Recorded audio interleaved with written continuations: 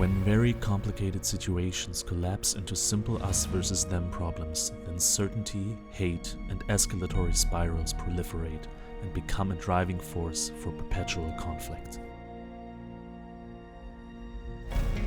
The Democrats hate democracy. Polarization.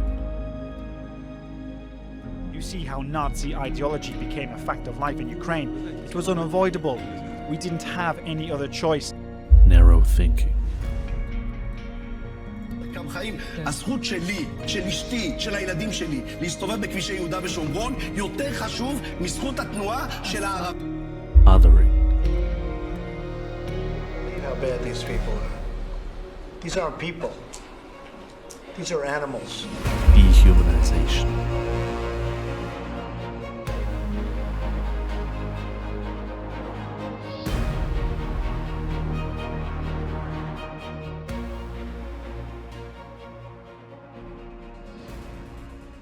Public statements like these are nothing special in this day and age. We are bombarded by them whenever we turn on the TV or go online.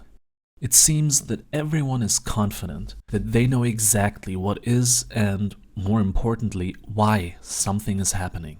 One-sided and dumbed-down claims are thrown around in a repetitive loop to influence us and our way of thinking, trying to nudge us ever so slightly towards one of the poles of ideological insanity. Quite often, it is not even done because of malicious intent, but because the issuers of these statements fall victim to their own cognitive biases. The results are devastating on many levels as they influence our personal and public lives, and before we realize it, we might not be the master of our own thoughts anymore. In this video, I want to shed some light on the phenomenon called binary thinking, its origins, how we can recognize it, and what we can do to shield ourselves and others from it.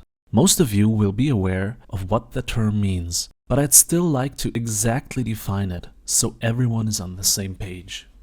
Binary thinking, or black and white thinking as it's sometimes called, can be defined as a way to approach and explain the world where the thinker fails to recognize the complexities of a situation or concept and instead only sees two, usually incompatible, sides to an issue. This often leads to false dichotomies, a logical fallacy where only two options are presented by someone while in reality there are many more, meaning that the complexity of an issue is discarded, which can lead to the real solution or answer getting lost in the process. Binary thinking originated very early in the history of life itself. For us humans specifically, it was a crucial tool for survival. Imagine the following situation. An early human, let's call him Ralph, was out hunting in the wild when he encountered a vicious predator. Our distant ancestor had a limited amount of choices in this situation: fight, flight, or the indecisive option to freeze. Blim. In a life or death situation, a human with resolute decision-making skills had a much higher chance of survival. While this is a bit oversimplified, the essential message still stands. Humans who were more decisive when it came to situations about survival had a much higher chance of overcoming obstacles and thus had more chances to reproduce and pass their way of thinking and their approach to problems on to the next generation. Pondering and taking it slow is usually not rewarded in a world where quick reactions can make the difference between life and death. The same principle also applied to interactions within and between groups of early humans. Those were simpler times. And this is exactly the critical point. When most of the challenges boil down to life or death, being saturated or going hungry, or getting to mate or dying off without offspring, it is very easy to see why we evolved to take quick binary decisions. But humans are way past that point. Some 20,000 years ago, our ancestors started to settle and build larger societies with more complex structures that ultimately set us on the path to becoming who we are today. A global species with billions of members organized in highly complex societies that are greatly interconnected. Unfortunately, our biology hasn't changed as quickly. So even we, as modern, educated humans, have a lot of baggage from days long past. Don't get me wrong, being able to quickly assess a situation and take decisive action still has a lot of merits and can be a valued asset, especially when a specific task or situation actually has a binary outcome. But it requires a deep level of unbiased understanding of the world, or at least of that part of the world that is essential to the problem at hand. And herein lies another problem. The way we were raised and taught by our parents, our religious beliefs or political ideologies, our teachers, misinformation online, in short, all outside influences that shaped us and the way we think, are all huge barriers that sometimes prevent us from being able to make informed decisions. And how can you blame anyone?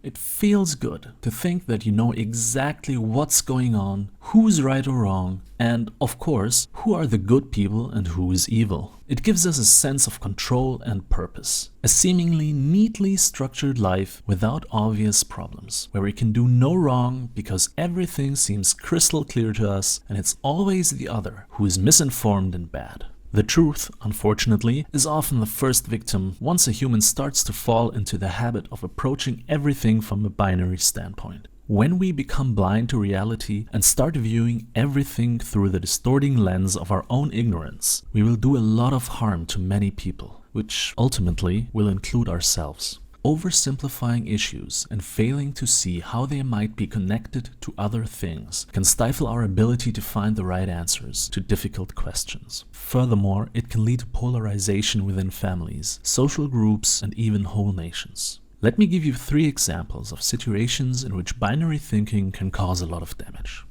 Imagine the following. You're home for the holidays. You sit down at the dinner table with your family and loved ones. There's pleasant music playing in the background, a lot of delicious food on the table, everyone's laughing and talking and having a great time. Until someone brings up politics. I'm pretty sure that most of us have been in similar situations, especially in countries like the United States, where there are clear party lines. It can be quite difficult to keep a cool head in these situations. My side is good, your side is bad, your side is destroying the economy, no, your side is destroying the environment, and so on. It's pretty hard to have peaceful, constructive discussions if the view of everyone involved is divided like this. Another example of a binary view that can hurt us mentally is our view on success and failure in life. Especially in our times, when we can see a lot of successful people online and many people are flaunting their wealth, it can be quite easy to see yourself as a failure. When we look at our careers, maybe we don't make as much money as we would like to, while a successful life is one that can only be achieved in dreams. This dichotomy is very harmful for our mental state, and we should try to avoid it.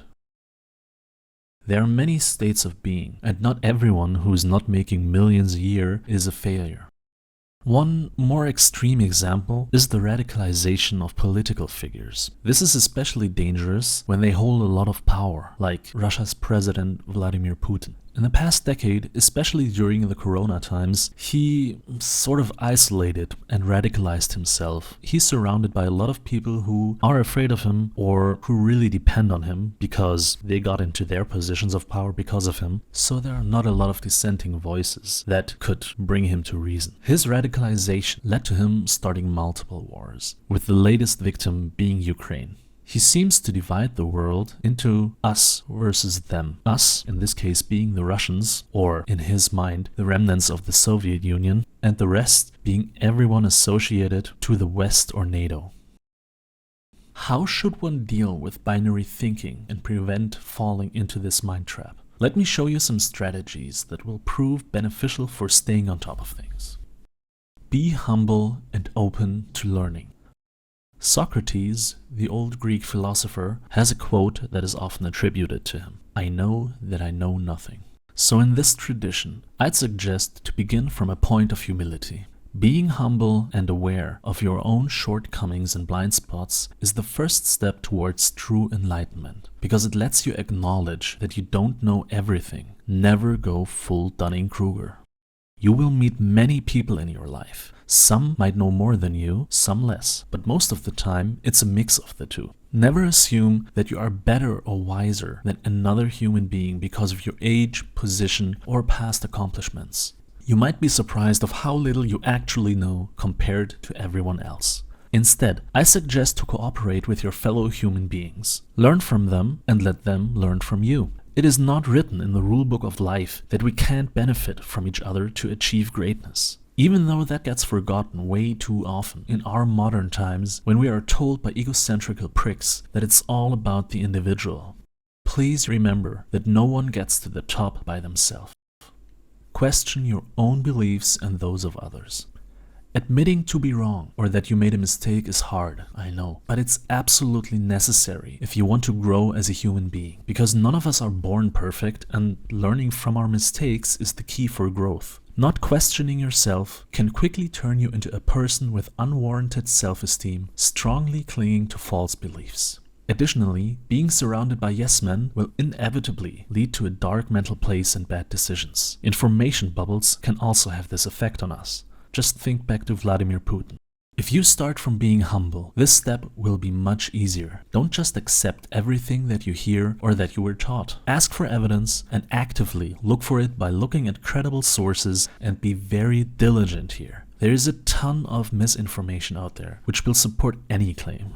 Trusting unbiased and unaffiliated experts and their research is usually the best way to approach this. While doing so, it is also important to not just look for evidence that supports your beliefs. It is extremely easy to get caught up in a bubble nowadays. See what counterparties have to say. Weigh the arguments. Most importantly though, accept that knowledge and understanding is a process, not a state of being. Let me highlight this with an example. Who would you trust more when it comes to medical advice? A retired doctor in his 80s who left med school some 60 years ago, hasn't practiced in the last 20 years, or a large group of active doctors in their 30s or 40s who practice at the cutting edge of research? The world keeps turning. Accept it. What was once state of the art can be outdated a decade or two later. New knowledge and evidence should be welcomed and incorporated into our beliefs after it has been verified and peer-reviewed, not fought because it contradicts what we once knew. The longer we can keep up with progress that we collectively produce, the healthier our minds stay. There is no other way to wisdom. Burying your heels in the ground and refusing to grow is the fastest way to become ignorant and outdated. Don't get me wrong, not everything new is automatically sound and good. We humans throw a lot of shit against the wall to see what sticks. There are many ideas and concepts that are centuries or even millennia old that still hold up today. Doesn't mean they can't be questioned or challenged. They should, like everything should be.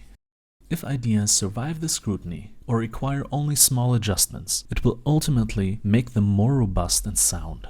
Challenging things or being critical is not the same as outright rejecting them. It just means that the facts matter to you and that you are willing to make extra sure that the concepts that inhabit your mind are really as close to the truth as possible. Don't settle for easy answers. The truth is not always what is obvious at first glance. While Occam's razor often is a helpful tool, taking it to extremes can result in an undercomplex and wrong understanding of the world. The easiest explanation is not always the right one, so you shouldn't judge a situation before you know all the facts. Sometimes, even more than one answer is true. Let me give you a quick example of that. You are talking to two persons, A and B, about a third person, C. Person A tells you that person C is very polite and helpful. They're friendly and they've done a lot of good. Person B tells you that person C is not very friendly. They talk behind people's backs and they're making many mistakes while working. So, which one is true? Is person C a horrible person who's unfriendly and talks behind people's backs or does shitty work? Or is that person a friendly person who does great work and is very helpful? Well, both can be true. Maybe not always or at the same time, but humans are multifaceted. Never fall into the trap of painting a human with a broad brush. Humans have many sides to them, and it's usually not a good idea to judge them just from one account. Develop a desire to grow. As you could see in the examples I gave you a few minutes ago, binary thinking can have severe consequences. Being aware of these negative outcomes and why they are negative might be motivation enough for some. Humans are social animals. Therefore, it is advantageous to not annoy our friends and family by being divisive. But let me go a step further. In the 21st century, humans with critical thinking skills who can analyze and deal with complex situations have a huge edge over people stuck in simpler ways of thinking. Being a lifelong learner and keeping an open mind will help you advance your career by making you more attractive to potential employers and become economically more successful. Being a polarizing talking head might be advantageous for a handful of people, but in a regular job environment, this behavior will get you nowhere. People will avoid you, so working effectively in a team becomes impossible. Bosses will fire or maybe not even hire you because you will harm their operation. And trying to build a business where it is paramount to have the support of others might also become nigh impossible. On top of that, I can tell you from my own experience that learning new things is not just fun, but it also broadens your horizon and lets you see the world with its infinite possibilities more clearly. It has brought a lot of joy to my life and given me many opportunities that I would have missed otherwise. Keep learning and don't settle for the status quo. The total amount of human knowledge is staggering. Humans have written millions of books every year. Over 2 million scientific papers and 1 billion pieces of media get published. It's impossible for a single human to learn and understand everything. But that should not keep you from trying to learn more. Ideally, learning is a lifelong process. The pursuit of knowledge should not end, and if anyone tries to tell you that they have achieved mastery in a field and they therefore don't need to keep studying, just wait a few years and see how they do with their outdated knowledge.